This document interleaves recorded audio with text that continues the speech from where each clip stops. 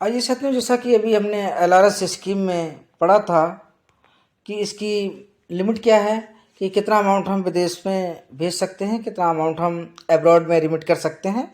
तो वो $2,50,000 तक कोई भी individual out of country abroad में पैसा भेज सकता है, $2,50,000 तक।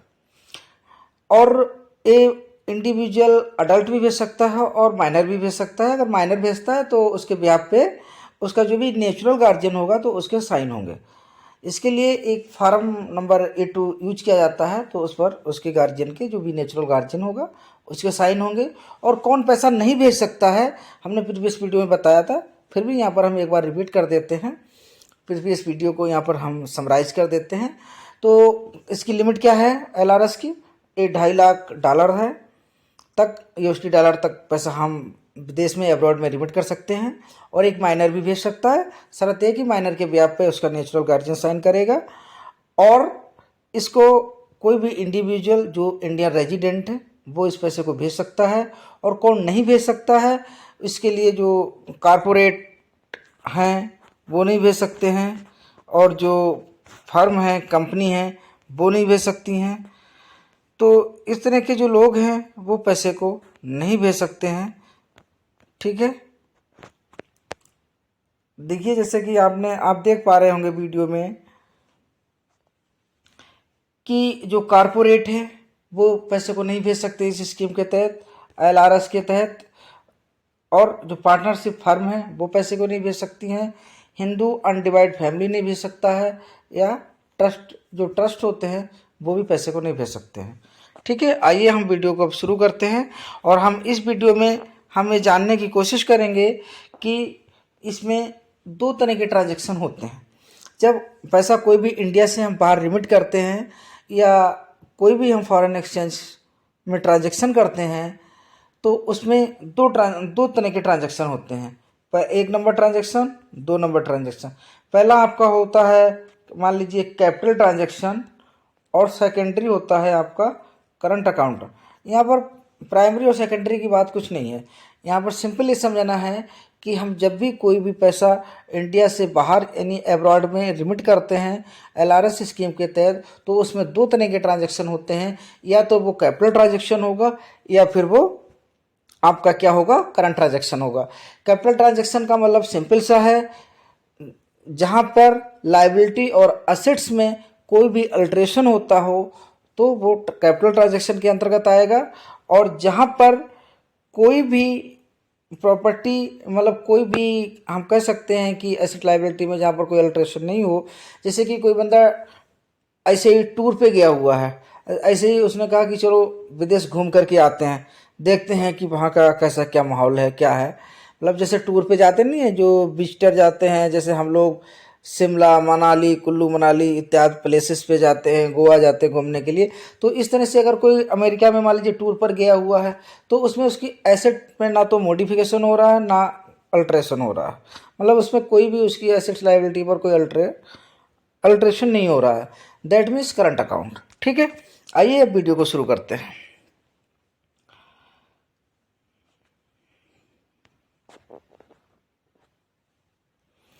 Permissible current account transaction by individual under LRS scheme.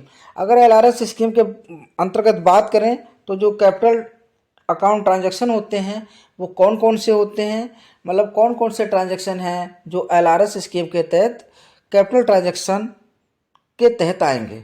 जैसे पहला है opening of foreign currency account abroad with the bank. जब किसी इंडिविजुअल बैंक के द्वारा जब किसी इंडिविजुअल व्यक्ति के द्वारा किसी फॉरेन बैंक में फॉरेन करेंसी में अगर कोई अकाउंट ओपन किया जाता है तो वो क्या कहलाएगा, कैपिटल अकाउंट ट्रांजैक्शन कहलाएगा अंडर एलआरएस स्कीम। जैसे मान लीजिए ये बंदा है वो इंडिया का रहने वाला है, इसने क्या किया, बैंक ऑफ अमेरिका में एक अपना अकाउंट खोला वहाँ की करेंसी में, तो ये एक कैपिटल ट्रांजैक्शन कहलाएगा। ओके, नेक्स्ट है कि purchase of property in abroad. अगर कोई भी व्यक्ति जो एब्रॉड में आउट ऑफ कंट्री से बाहर अगर कोई भी व्यक्ति कोई प्रॉपर्टी परचेज करता है, खरीदता है, तो वो क्या कहलाता है, वो आपका कैपिटल ट्रांजैक्शन के अंतर्गत आएगा। क्या आएगा? कैपिटल ट्रांजैक्शन के अंतर्गत आएगा। जैसे मान लीजिए कि कोई एक व्यक्ति है, इंडिया का है, उसने अमेरिका में मान लीजिए एक 500 स्क्वायर फीट का एक बिल्डिंग परचेज की, या वहाँ पर कोई लैंड परचेज कर ली, तो वो आपका क्या आएगा? कैपिटल ट्रांजैक्शन के अंतर्गत आएगा। ठीक है, आइए आगे। तीसरा है, अगर वो उसने कोई इन्वेस्टमेंट किया, एब्रॉड एक्विजिशन किया, holding share of both listed and unlisted, अगर उसने एब्रॉड में किसी शेयर मार्केट में मान लीजिए किसी कंपनी के शेयर को होल्ड रखा, शेयर को खरीदा, चाहे वो लिस्टेड हो या अनलिस्टेड हो, क्योंकि शेयर टू टाइप के होते हैं, या तो कंपनी या तो स्टॉक एक्सचेंज में लिस्टेड होंगे या स्टॉक एक्सचेंज में लिस्टेड नहीं होंगे। तो अगर ऐसे कोई भी शेयर जो किसी व्यक्ति के द्वारा होल्ड किए गए हैं, ओवरसीज कंपनी और डेट इंस्ट्रूमेंट, या किसी प्रकार का कोई डेट इंस्ट्रूमेंट लिया गया है, या कोई acquisition of qualification share of an overseas company for holding the post as a director. जैसे कभी कभी क्या होता है कि जो फॉरेन में कंपनियां हैं वो कहती हैं कि नहीं, आप हमारे इतने शेयर आप खरीदेंगे, हम आप इतने शेयर, इतने परसेंट शेयर आप होल्ड करेंगे इस कंपनी के, तभी हम आपको एक डायरेक्टर के रूप में अपनी कंपनी में नियुक्त करेंगे। तो अगर किसी भी व्यक्ति ने कंपनी में एक डायरेक्टर की पोस्ट के लालच में अगर उसने शेयर को वहाँ पर होल्ड कर रखा है, ले रखा है, खरीद रखा है, तो वो ट्रांजैक्शन क्या कहलाएगा? कैपिटल ट्रांजैक्शन कहलाएगा। किस स्कीम के तहत? LRS स्कीम के तहत। ठीक है, नेक्स्ट आइए।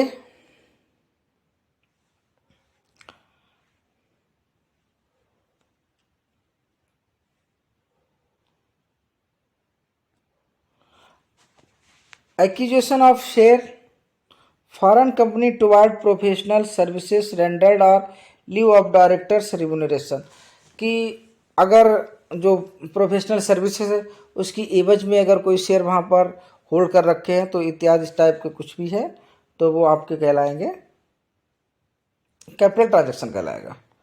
कैपिटल ट्रांजैक्शन कहलाएगा। ठीक है, आइए थोड़ा सा हम हिंदी में देखने की कोशिश करेंगे कि विदेश में निवेश करना सूचीबद्ध और गैर सूचीबद्ध दोनों विदेशी कंपनियों या ऋण उपकरणों के शेयरों का अधिग्रहण और धारण करना, निदेशक के पद को संभालने के लिए, निदेशक के पद को यानी डायरेक्टर के पद को संभालने के लिए, किसको?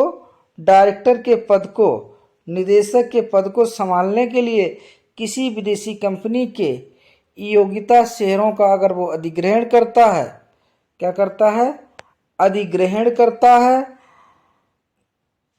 और प्रदान की गई व्यवसायिक सेवाओं के लिए या निदेशक के पारिश्रमिक के बदले में, कि जो डायरेक्टर अपना काम कर रहा है, जो कार्य कर रहा है, जो वो परिश्रम कर रहा है कंपनी में, जो वो पोस्ट का रोल अदा कर रहा है, जो अपने दायित्व का निर्वाह कर रहा है, जो उसको ड्यूटी मिली है उस ड्यूटी का जो निर्वाह कर रहा है, जो उस ड्यूटी को निभा रहा है, तो उस ड्यूटी की जो रिस्पॉन्सिबिलिटी है उसका जो पूर्ण तरह से वो सही तरह से निर्वाह कर रहा है, उसके एवज में जो उसको रिम्यूनरेशन मिल रहा है, तो ऐसी किसी भी विदेशी कंपनी के जो शेयरों का अधिग्रहण यानी शेयरों का ले रखा है, तो वो कैपिटल ट्रांजैक्शन कहलाएगा।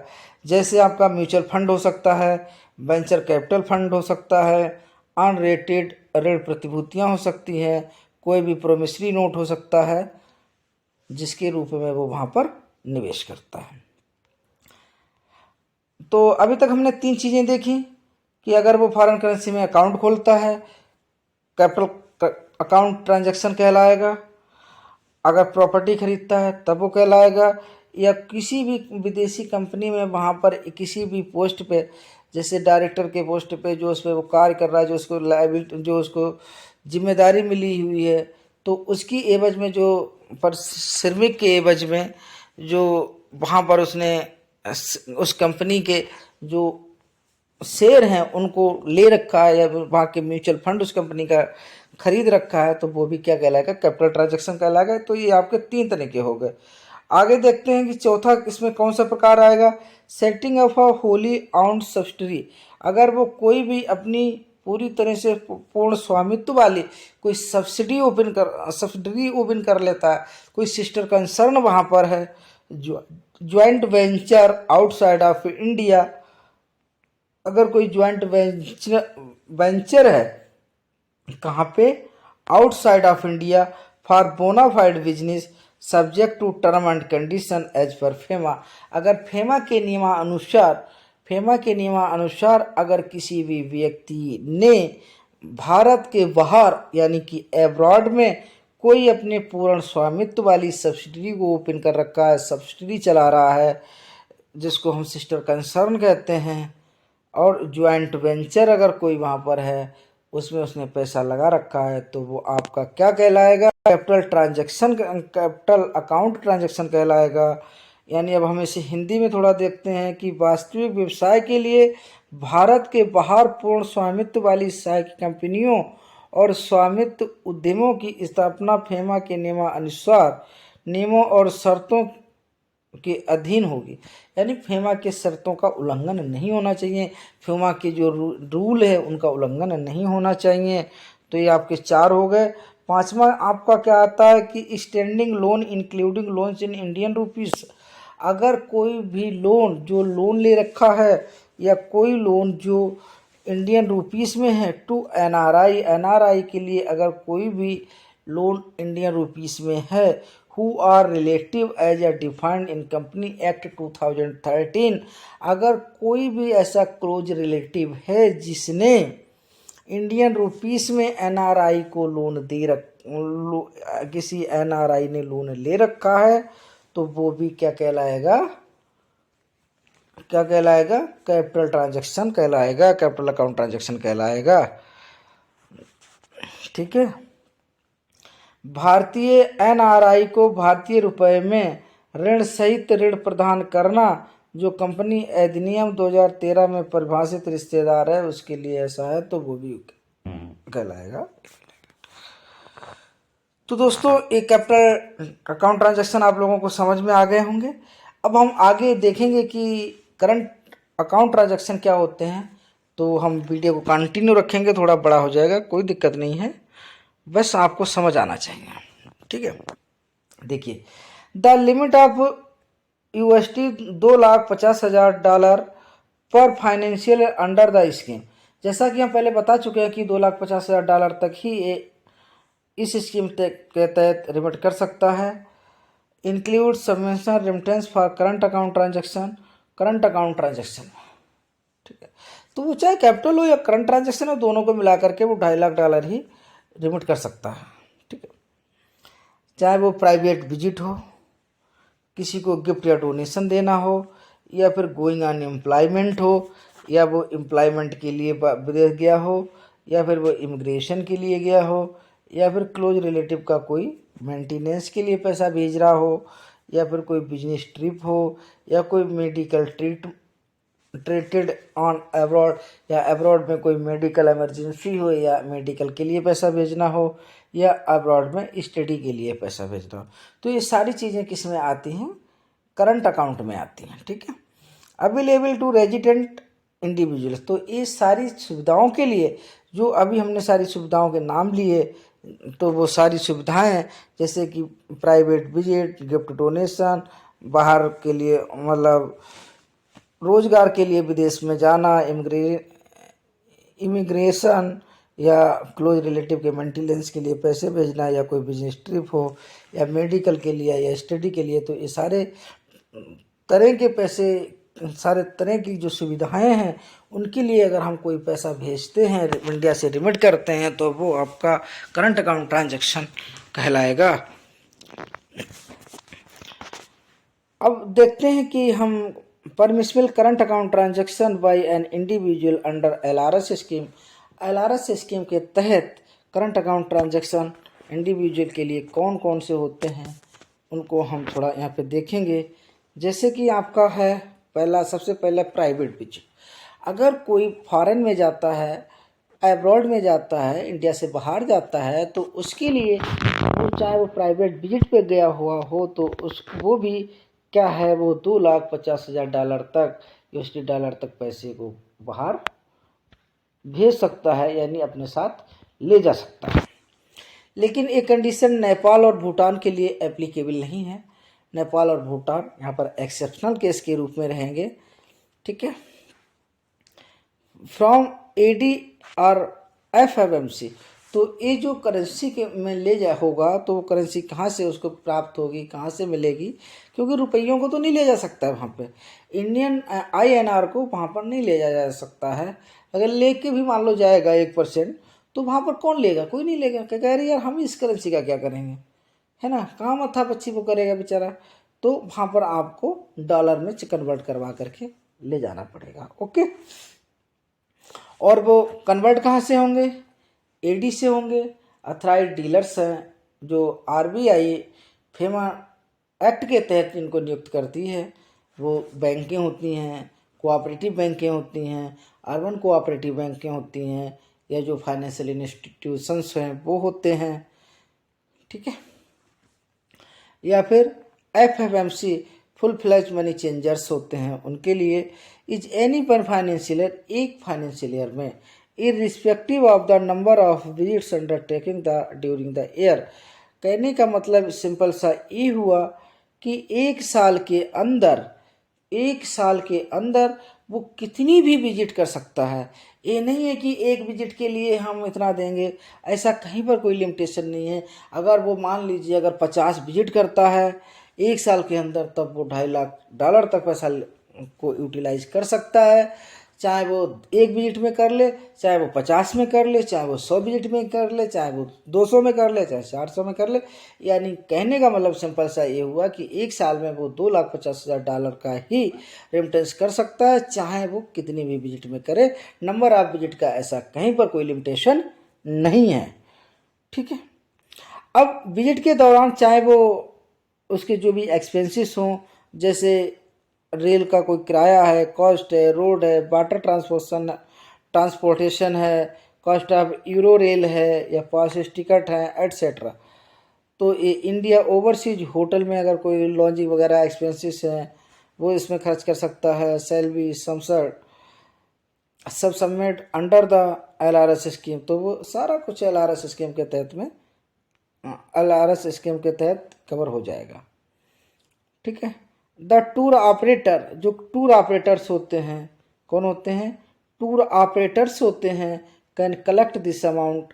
टूर ऑपरेटर उस अमाउंट को ले सकते हैं आइदर इन इंडियन रुपीस और in foreign currency from the resident traveller. कि जो भारतीय नागरिक है वो जब अब्रॉड के लिए जाता है विजिट करने के लिए, तो उससे जो ट्रैवलर एजेंट हैं या जो ट्रैवलर ऑपरेटर है, जो टूर ऑपरेटर हैं, वो उनकी अपनी चॉइस है, आपसे INR में ले सकते हैं, वो वहाँ पर अपने हिसाब से कन्वर्ट करा लेंगे, जिसमें जो भी फ्रीली कन्वर्टेबल करेंसी होगी।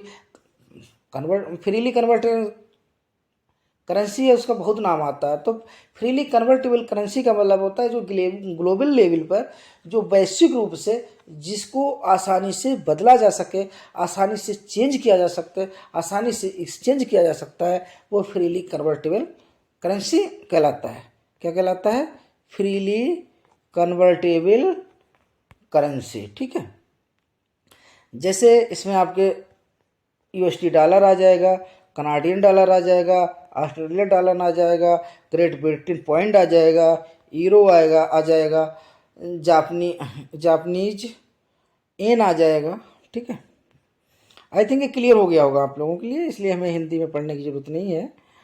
दोस्तों आपको एक बता दें कि जो हमारा LRS स्कीम का लास्ट वीडियो होगा, उस लास्ट वीडियो में हम इस PDF को आप लोगों के साथ शेयर कर देंगे।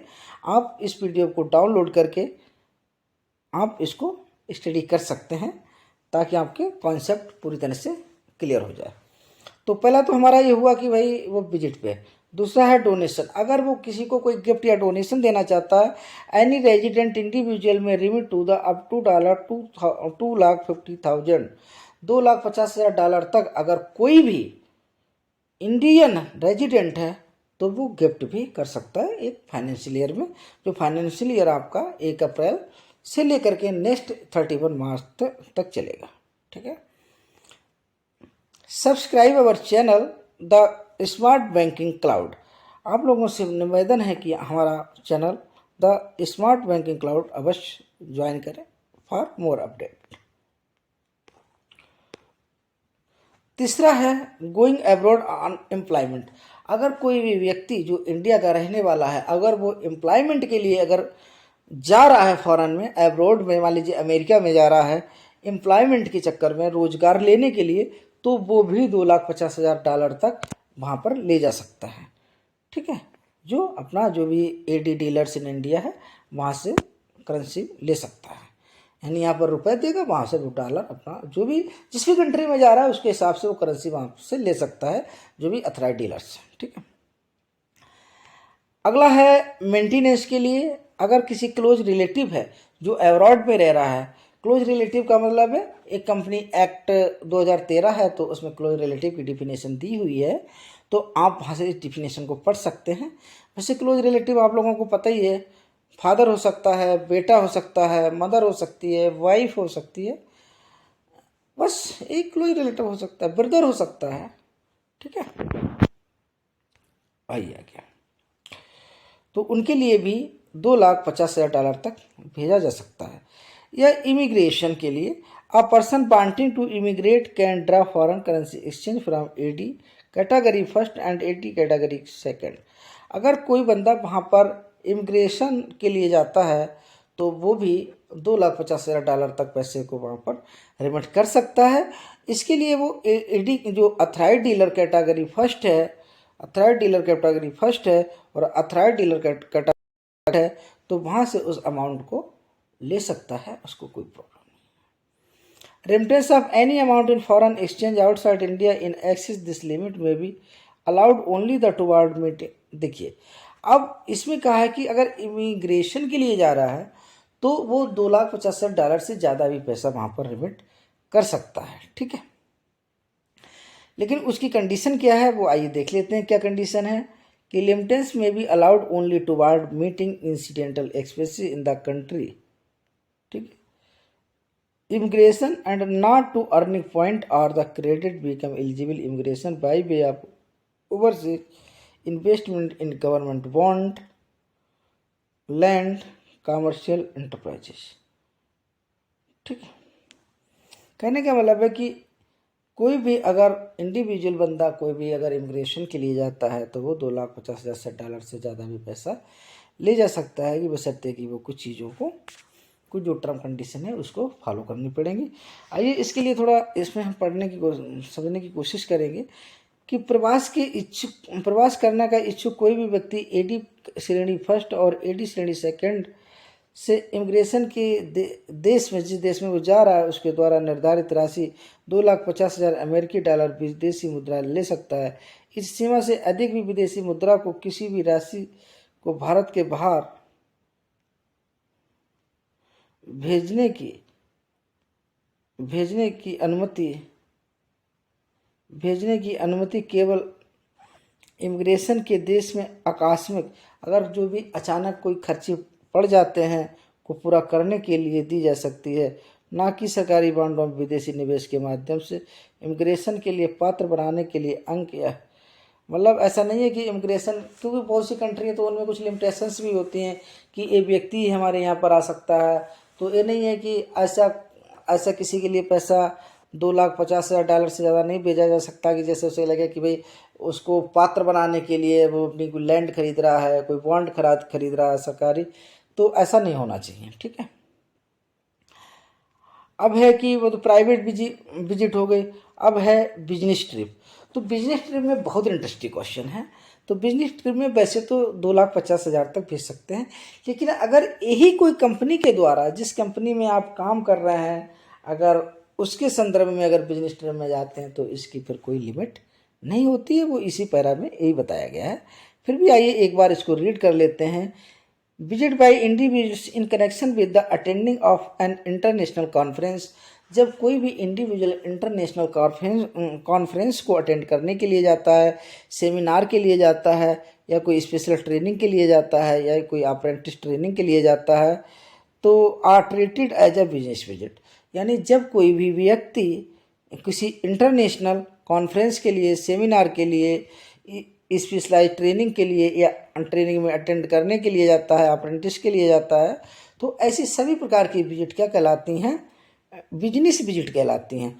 For business visit to foreign countries, जब कोई भी व्यक्ति फॉरेन कंट्री में बिजनेस ट्रिप के लिए जाता है तो रेजिडेंट इंडिविजुअल, तो कोई भी resident individual can avail the foreign exchange up to 2,50,000 in a financial year irrespective of number of visit during the year. कहने का मतलब है कि जब कोई भी व्यक्ति फॉरेन विजिट पे जाता है, बिजनेस विजिट पे जाता है, तो वो 2,50,000 रुपये तक भेज सकता है, जैसा कि प्राइवेट विजिट में भेज सकता था। तो प्राइवेट विजिट क्या है कि अपनी पर्सनल विजिट के लिए जा रहा है, और बिजनेस विजिट में किसी बिजनेस पर्पज से जा रहा है। लेकिन इसमें वही कंडीशन जैसे कि उसमें भी थी कि respective of number of trips in this current financial year, यानी ड्यूरिंग द फाइनेंशियल ईयर, तो एक कोई ज़रूरी नहीं है वो कितनी विजिट में जाए, चाहे 10 जाए, 20 जाए, 50 जाए, उसकी मर्जी है, लेकिन जो लिमिट अमाउंट की रहेगी वो इतनी रहेगी।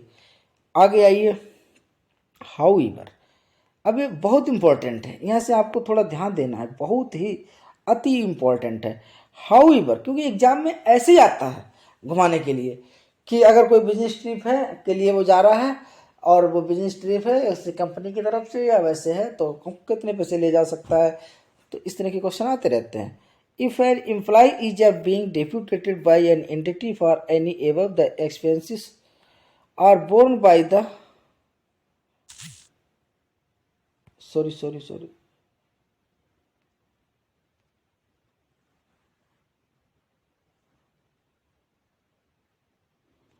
ठीक है। तो इसमें क्या कि अगर employee is being deputed by entity for any above the and expenses borne by the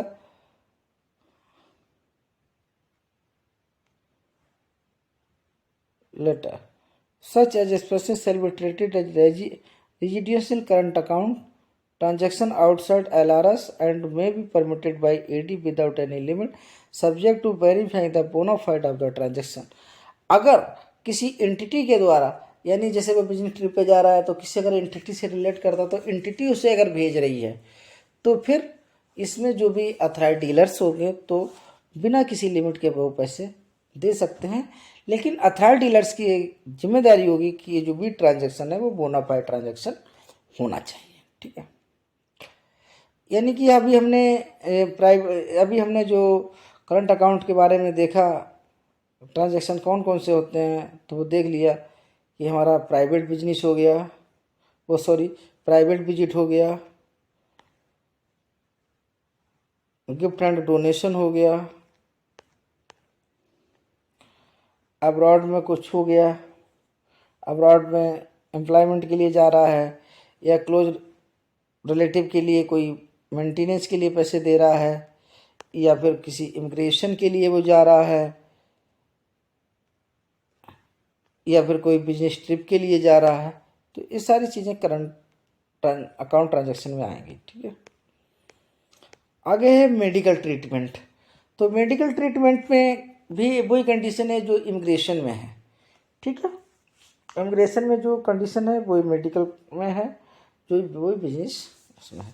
इसमें भी क्या है कि एडी में release the foreign exchange up to an amount of $, 2,50,000 और इक्विवेलेंट पर financial aid without accepting any estimate from the hospital और doctor. अगर कोई मेडिकल ट्रीटमेंट के लिए भी इंडिया से बाहर जाता है, अब्रॉड में जाता है, तो उसे $2,50,000 तक किसी प्रकार की कोई प्रूफ लेने की ज़रूरत नहीं है। अथराइज डीलर जो भी अथराइज डीलर है वो उसको पैसा दे देगा $2,50,000 तक। अगर वो इससे ज़्यादा पैसे के अगर डिमांड करता है कि ज़्यादा पैसा ले जाना चाहता है या ज़्यादा पैसा फॉरेन में रिमिट करना चाहता है, तो फिर उसको जिस कंट्री में वो अपना ट्रीटमेंट ले रहा है तो वहाँ से उसको एक एस्टीमेट बनवाना पड़ेगा हॉस्पिटल का, या जो भी वहाँ डॉक्टर होगा वो वहाँ से एक एस्टीमेट देगा कि हमको इतना, जिससे मान लीजिए $2,50,000 तो वो भेज ही सकता है। मान लीजिए खर्चा आ रहा है $3 लाख का, तो जो $3 लाख का आ रहा है तो जो एक्स्ट्रा $50,000 है तो उसके लिए वहाँ से एस्टीमेट देना पड़ेगा, तभी वो पैसा भेज सकता है। और इसमें कोई लिमिट नहीं है। मान लीजिए उसका $5 लाख लग रहा है, $10 लाख लग रहा है, तो मतलब उसमें फिर कोई लिमिटेशन नहीं है, बशर्ते कि वो हॉस्पिटल उसको क्या करे,